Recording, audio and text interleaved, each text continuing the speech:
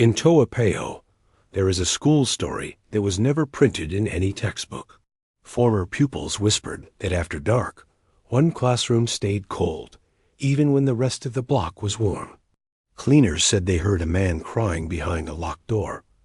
Teachers blamed pipes, wind, old wood. But the older residents had another explanation. They said the building remembered the war. Between 1942 and 1945, Singapore was renamed Saiyonin. The Kempeitai, Japan's military police, became one of the most feared forces on the island. Their work was interrogation, surveillance, and breaking resistance. Toa Payoh was still rural then. Families moved there because they believed the city was more dangerous. But safety during war was often only a rumor. The story names an old classroom block near Toa Payoh Primary School. According to local accounts, the building was once used for questioning civilians suspected of helping anti-Japanese groups. There are no public records confirming this exact claim. That is what makes the legend difficult. It sits between memory and fear, passed quietly from neighbor to neighbor. One cleaner, interviewed years later by a former student, claimed she heard counting from inside a locked classroom. Not children counting. A man's voice, slow, dry, repeating the same numbers again and again. When she opened the door, the room was empty, but all the desks had been pushed to the walls, leaving a clear space in the center. Students called it Room 3. They said the air changed at the doorway.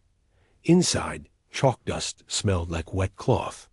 The windows rattled even on windless afternoons. Once, a boy left his exercise book there. When he returned, every page had been pressed flat to the floor, as if someone had kneeled on it with both hands. A resident who grew up nearby said his father never used the path beside the school. Not once. When asked why, the old man only said, "Too many voices there." He had lived through the occupation. He knew which buildings were safe to enter, and which ones made men lower their eyes. In the late 1990s, 3 former students returned with a tape recorder. They expected nothing. For 40 minutes, there was only traffic, insects, and the electrical hum of the building. Then, at 2:17 a.m., the tape caught a sound none of them remembered hearing in the room. It was a man wailing.